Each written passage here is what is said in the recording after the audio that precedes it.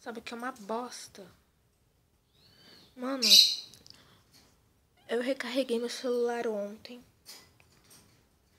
Coloquei a bendita da internet no celular da Vivo.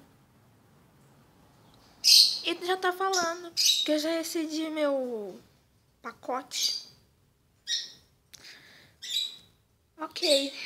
Só queria pedir pra Vivo parar de ser sacana, né? Ficar roubando meus créditos, roubando meu dinheiro assim. Ah, pelo amor de Deus, eu não aguento isso, não aguento. Não. Não. Para, Vivo. Para. Isso não é legal, isso não é engraçado.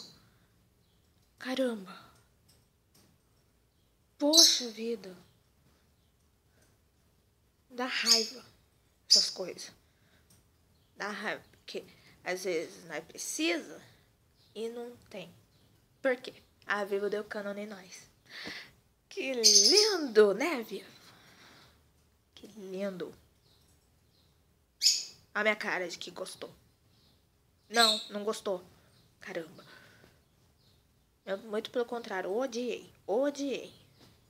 Ok? Todo mundo reclamando de você. Tá todo mundo reclamando de você?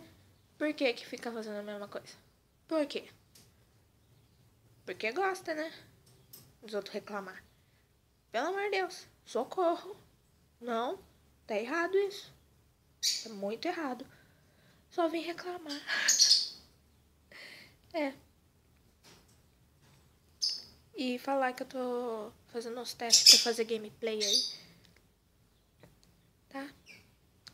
Então, espere aí que eu tô tentando arranjar tempo.